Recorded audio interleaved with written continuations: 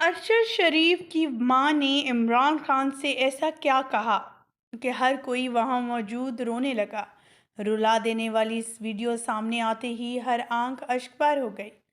ख़वातीनो हज़रात, इमरान खान जो पहुंचे अरशद शरीफ के घर पर इजहार अफसोस करने के लिए, जहां पर वो इन्हें बहुत ज़्यादा रिस्पेक्ट देते थे।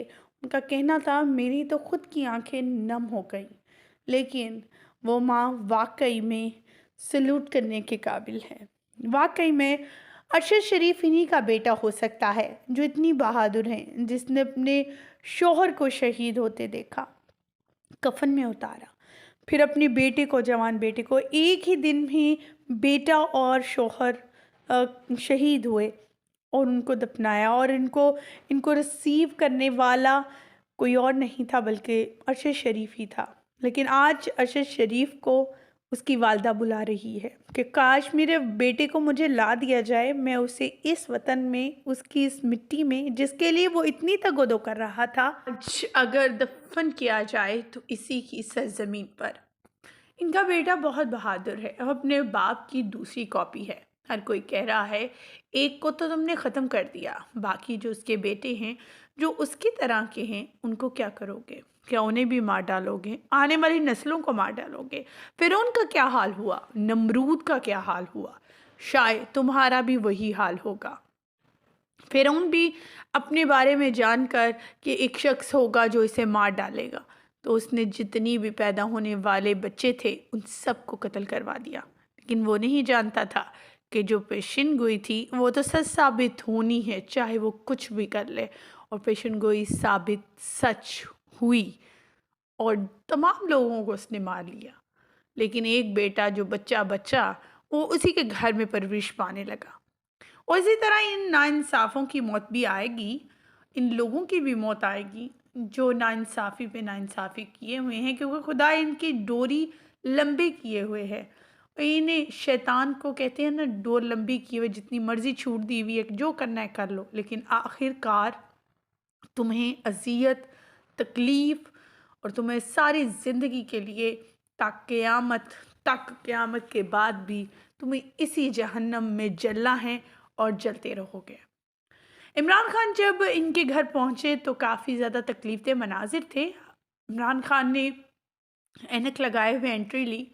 उनकी आंखों के नीचे के मनाजिर साफ दिख रहे थे, वो रो रहे थे। और जब बाहर निकले तो ऐनक उतरी हुई थी, लेकिन लोगों के सामने अपने आंसू को छुपाने के लिए, अपने आप को बहादुर दिखाने के लिए कि उन्हें कोई फ़र्क नहीं पड़ता, वो आज भी मजबूत है। लेकिन अंदर से वो टूट गए कि क्या हर सच बोलने वाले को मार दिया जाएगा, हलाक कर दिया जाएगा, इस तरह ही कहीं भी किसी भी जगह पर तोड़ दिया जाएगा, गिरा दिया जाएगा।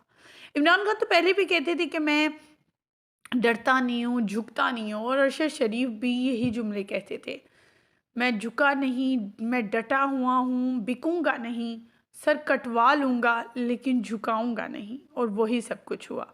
उन्होंने अपनी ज़िंदगी को बचाने और उन चीज़ों को सामने लाने के लिए जो पाकिस्तान के हक़ के लिए बेहतर थी, उनकी नस्लों के लिए आने के लिए बेहतर थी, उसके लिए कोशियाँ थे। वो अपनी ज़िंदगी को बचाते हुए जर्नलिस्ट को आगे बढ़ाने के लिए, जर्नलिज़्म को आगे बढ़ाने के लिए, अपनी सहाफ़त को आगे लेके जाने के लिए और लोगों तक सच पहुँचाने के लिए वो इस मुल्क को छोड़ कर चले गए। कभी वो दुबई जाते हैं, तो कभी बरतानिया, तो कभी वो जाते हैं कीनिया। और कीनिया में कैसे उन्हें मौत के घाट उतार दिया जाए, सोचने की बात है। अगर पुलिस कहती है कीनिया की कि उन्हें गलतफहमी हो गई, उन्होंने फायर कर दिया, एक चोर, एक डाकू, एक दहशतगर्द। अब वो दहशतगर्द तो नहीं हो सकता, चोर डाकू हो सकता है, माना जा सकता है कि गलतफहमी में चोर डाकू भाग रहा हो तो उस पर फायर, तो फायर टायर्स पर चलाए जाते हैं, गाड़ी के निचले हिस्से पर चलाए जाते हैं, ना कि गाड़ी के ऊपर वाले हिस्से जहाँ पर इंसान की मौत, उसकी गर्दन, उसकी बॉडी पे कहीं भी लग सकती है गोली। और वही हुआ। 9 जो गोलियां थी वो चलाई गई इन पर, जिनमें से 2 गोलियों की वजह से वो हलाक हो गए। एक गोली तो सीधी इनके सर पे निशाना बांधा गया, जिससे ये वाज़ेह है कि ये प्री प्लान्ड कत्ल था, नॉट एक हादसा इसको समझा जाए या कहा जाए तो ये मानने वाली बात ही नहीं है। कहा जा रहा है कि जहाँ से ये गुज़र रहे थे, ये सुनसान इलाका था, वहाँ पर पत्थर रख कर ब्लॉक किया गया था। और पत्थर थे काफ़ी ज़्यादा नीचे। इन्होंने वहाँ से निकलने की कोशिश की क्योंकि वो जानते थे कि उनकी जान को ख़तरा है। और जब वो निकलना चाहा तो इन लोगों ने पीछे से फायरिंग कर दी, और फायरिंग जो थी वो नीचे करने के बजाय उनको टारगेट किया, उन्हें मारा, और वो मौके पर जाँ बहक हो गए। आज उन्होंने शहादत तो नोश की है, कई लोगों के दिलों में सवाल छोड़ गए हैं क्योंकि इन्होंने इंतकाल से पहले, इनकी शहादत से पहले 15 घंटे पहले एक ट्वीट किया था जो जनरल बाजवा के खिलाफ था। इन्होंने इमरान खान से तोशाखाना की गिफ्ट के बारे में पूछा, उनके खिलाफ केस किया। तो उनका कहना था कि अपने बारे में क्या ख्याल है उनका, जनरल परवेज़ बाजवा का, जो कई तरह के गिफ्ट्स ले चुके हैं। अगर इमरान खान, एक वो साबका वज़ीर आज़म, सवालों के जवाब दे सकता है तो फिर एक आम शहरी, एक आम बंदा जो कई गिफ्ट्स ले चुका है और उसने उनका इंदराज भी नहीं करवाया है, उनका हिसाब कौन देगा।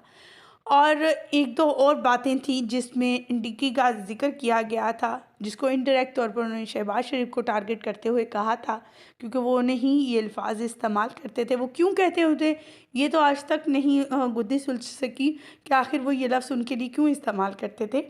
लेकिन उनका एक पॉइंट था, उनके दिमाग में कुछ और था, वो सारी चीज़ें जानते थे। और ये डेथ से पहले वो एक वीडियो भी बता चुके थे अपनी वीडियो कॉल में, जिसमें उन्होंने कहा था, वाज़ेह किया था कि अगले आने वाली इतवार को या हफ्ते को वो जो है वो एक वीडियो अपलोड करने जा रहे हैं, अपने व्लॉग शेयर करने जा रहे हैं अवाम के साथ, जिससे ये वाज़ेह हो जाएगा कि पाकिस्तान में क्या हो रहा है।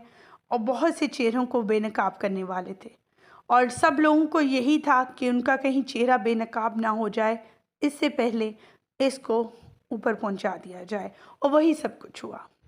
इमरान राज और दूसरे जर्नलिस्ट, दूसरे लोग, मेंबरान, जिनमें जो हैं शीरी मज़ारी जो हैं, वो ये कहती रहीं कि इनके साथ जुल्म और ज़्यादती होने वाली है, इन कत्ल कर दिया जाएगा, क्योंकि सुनने में आ रहा है कुछ दहशतगर्दों को इनके पीछे लगाया गया है, उन्हें इनके सर के पैसे दिए गए कि इनको मारने कितने पैसे देंगे, इनको मार दिया जाए।